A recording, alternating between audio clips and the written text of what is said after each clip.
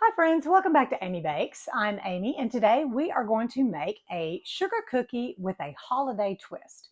We're going to combine cranberry and orange with the sugar cookie. I'm going to be using the base recipe of the Snickerdoodle recipe that I made back in October. Um, and I'm just going to change that from a Snickerdoodle to a sugar cookie. I'm going to show you how to do that. And so let's go over the supplies and ingredients we're going to need. So I've gone ahead and pre-measured our ingredients so that I can get the gram measurements for my UK friends. And we're going to start with 3 cups of all-purpose flour, or 375 grams. Then we're going to need 2 teaspoons of baking powder. We're going to need a teaspoon of baking soda, half a teaspoon of salt, 1 cup or 2 sticks of butter. That's 230 grams. 1 1/3 cup of granulated sugar, 267 grams. I'm actually using the vanilla sugar today. 1 large egg plus an egg yolk. And then we are going to need some vanilla. But because I'm going to add the orange flavor to this, instead of 2 teaspoons of vanilla, I'm going to do a teaspoon of regular vanilla. And then I'm going to do a teaspoon of my Grand Marnier vanilla that has been sitting for a couple of years. So it's got great flavor to it. And then the additional, we're going to add some cranberries. And when I made the test recipe on this one, I did 2 handfuls of cranberries, but I went ahead and measured today. And it's going to be about 1.5 to 1 3/4 cups. Also, on this recipe, I'm going to divide the dough in half, and I'm going to add nuts to half of it, and then an orange, because we're going to use the orange zest to get that orange flavor to punch it up.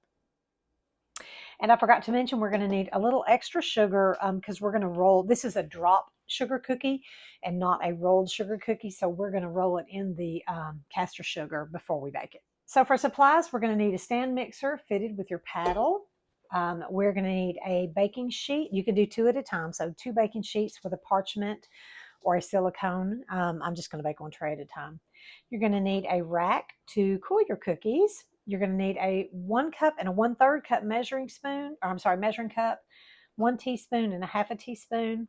I've got my larger cookie scoop, or I think this is the medium size cookie scoop, and then the zester for the orange, and of course spoons in your bowls. Okay, as I mentioned, we are using the Soft and Thick Snickerdoodle recipe that I got from Sally's Baking Addiction.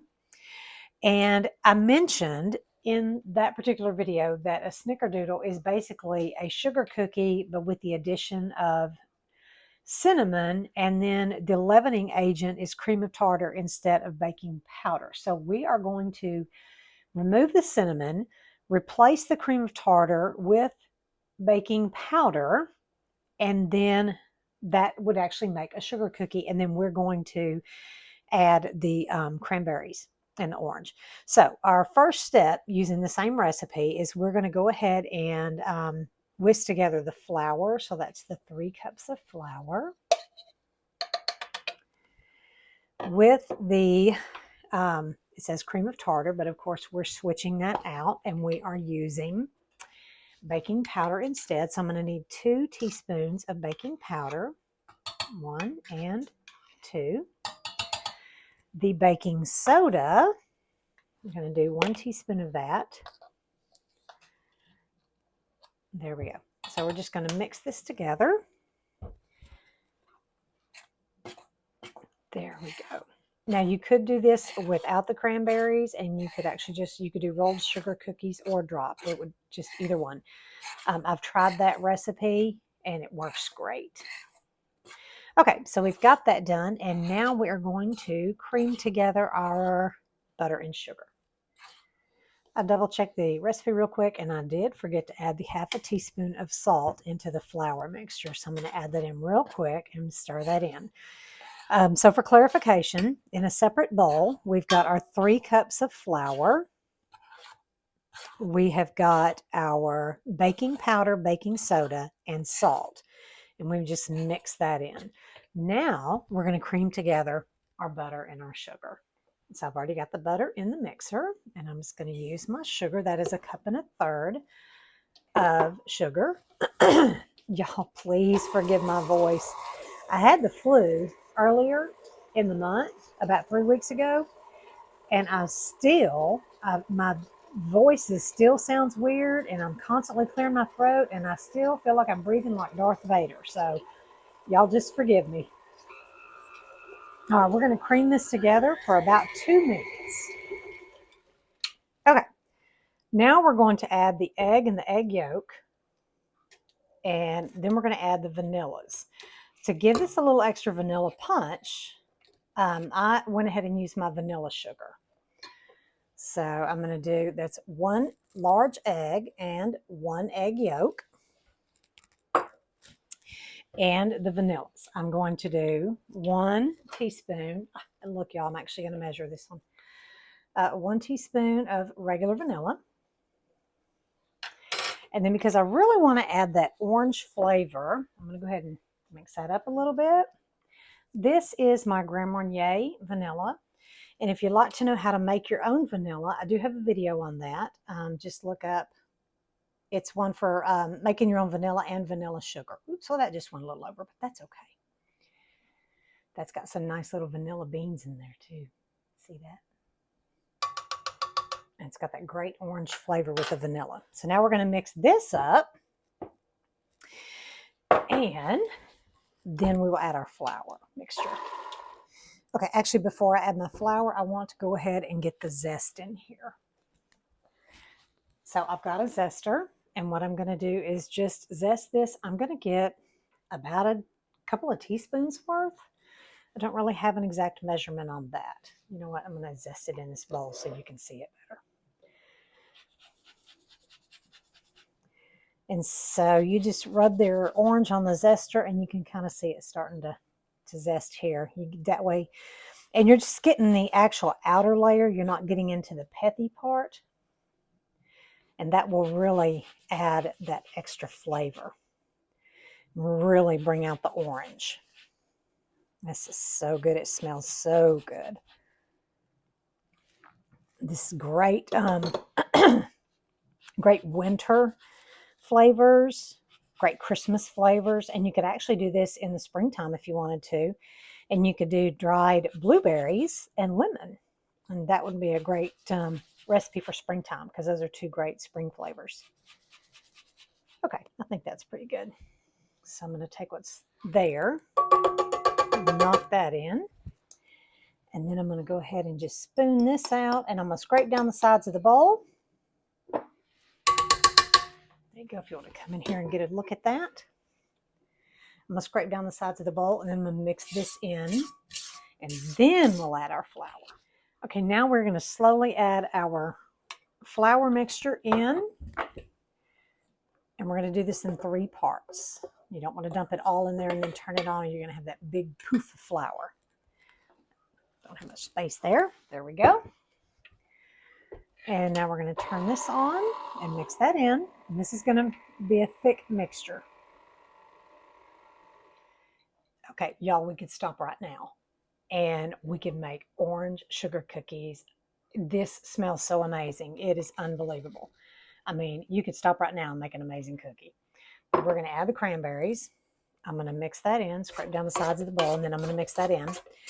I'm going to divide this in half because I'm going to do half with some nuts and half without. When I did the test recipe, they were really, really good, but I thought, oh, that'd be even better with nuts. So I'm going to try it. Might not like it, but I'm going to give it a go. That's one thing about cooking. You can always try it. And then if you don't like it, there you go. But you might find something that you absolutely love. So don't be afraid to try things.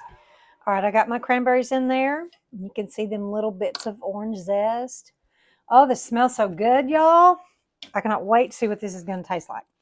So on this, oops, I got to get my sugar ready. So on this, we are going to get about 24 cookies. Actually, I'm going to dump it all in there. All right, and we need about 1/3 cup of sugar to roll these in. So take my ring off. There we go. So we're going to do the scoop and then just kind of roll them in your hand. Then drop them in your sugar. I should get about 24 cookies. I don't remember if I said that or not. I was thinking it, but I don't know if I said it.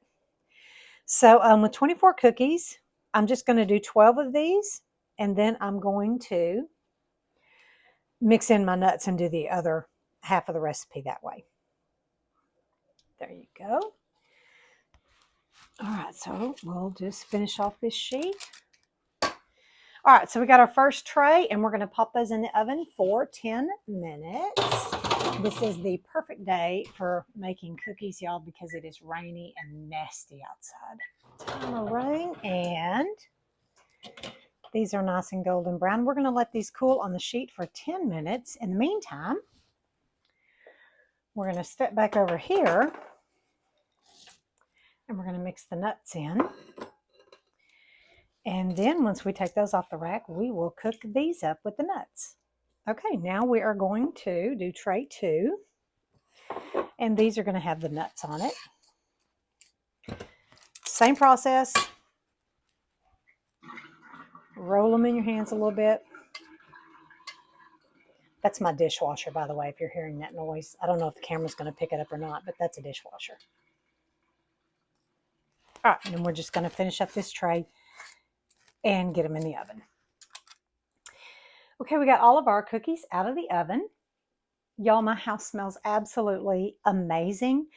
I really hope that you give this recipe a try. It's really simple, very festive, very Christmassy. These flavors just go so well at this time of the year. So definitely give this one a try. If you do, or if you have any questions, leave me a comment. I do read them all. And if you have not yet, I invite you to hit that like and subscribe button and also that bell notification. That way you'll be notified when I upload new videos. I've got some really great ones, some family favorites that I want to make. And as soon as the weather clears up and it's not raining anymore, I'm going to make some divinity and some meringue Christmas trees. So I can't wait to share those with you.